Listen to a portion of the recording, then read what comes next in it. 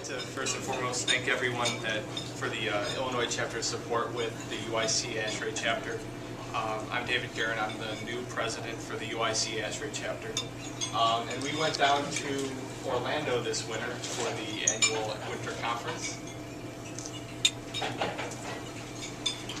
The first thing we attended was we first attended the student mixer, which lasted about an hour and a half, 2 hours. We got to meet a lot of the students from all over the country that were at the ASHRAE conference. The next morning we had a student breakfast. The breakfast, continental breakfast, huge breakfast, and they had a lot of speakers, motivational speakers that talked about getting jobs in the HVAC world, how to go into interviews. They also actually presented the awards for the design competition, which went to several different schools. And they talked a little bit, Matt, when we were talking about the hospital on the west side, reminded me of the next year's competition that they're trying to do, which is to design a HVAC system for a hospital. So any students that are new to ASHRAE, if you're looking for a design competition that they're going to be doing next year at the presenting awards at the Las Vegas Expo, that's the next project that they're working on.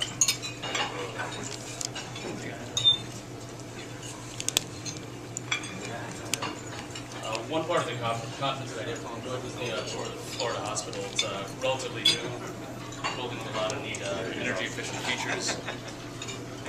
They showed us around the whole HVAC system, the cooling towers, the chiller, boiler room, the control room.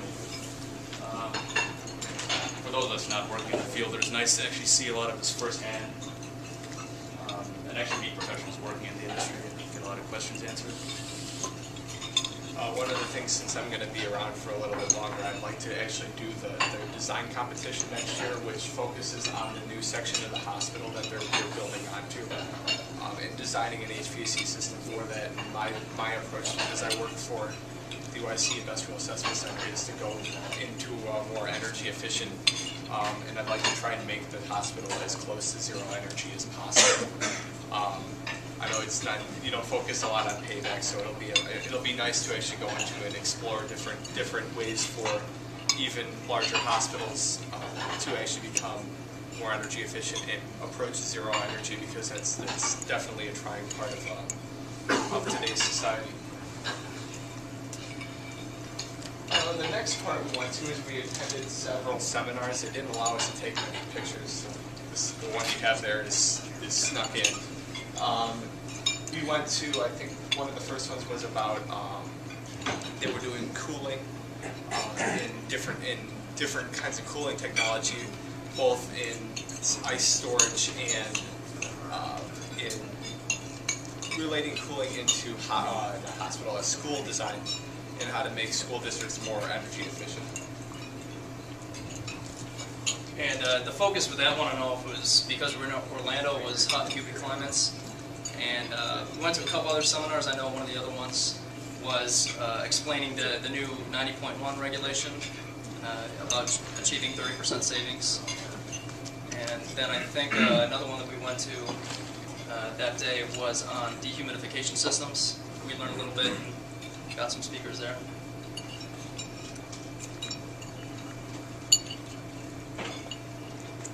And another tour outside the hospital tour that we went to was the Florida Solar Energy Center, which was really nice because a couple of us here tonight work for the Industrial Assessment Center, where we go on industrial audits. So we were really curious to see some of the technology, especially that we don't really get a chance to look at here in Chicago. Solar energy is not, for obvious reasons, is not has the best payback. So we got to see not just solar cells and some of the solar thermal water heating that they were looking at, but they had a lot of experimental laboratories like that. You can see the picture there. It was part of a night cooling experiment that they were conducting. They have some new technology. I know the Gossamer fan is one of the energy efficient pieces of technology that's come out of that center. Also, yeah, the solar thermal, the solar cells, they went through some of the software that they use to analyze the different efficiencies that they get from these cells. Excellent. showed us a lot of the, well, besides solar energy, there's a lot of other research and development that they're doing. Also looking into other renewable energies such as algae and extracting the oil out of orange peels. Also, it's something they're working on.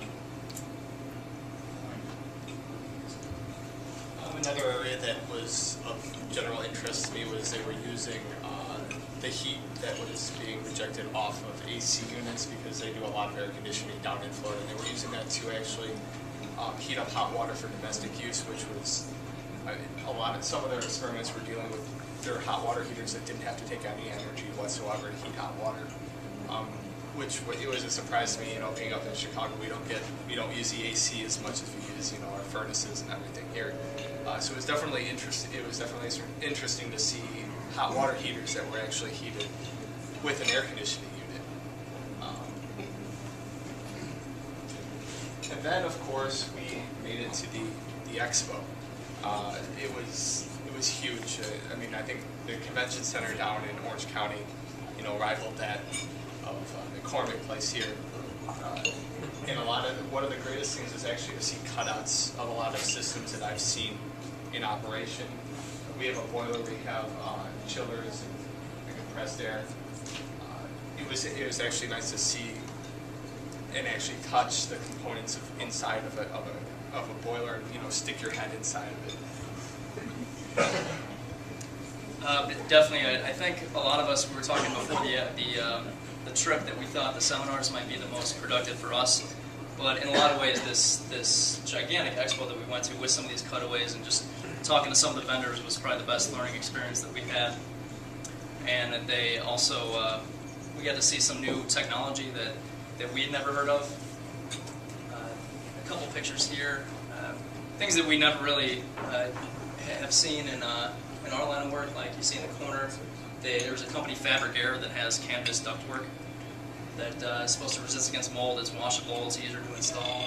They had polymer heat exchangers, which it seems a bit counterintuitive, but we actually had them show us the calculations about how you can shrink the thickness of them down and attain comparable results with a copper heat exchanger. And some wood burning furnaces, things that a lot of Canadian vendors have up north that are being applied residentially.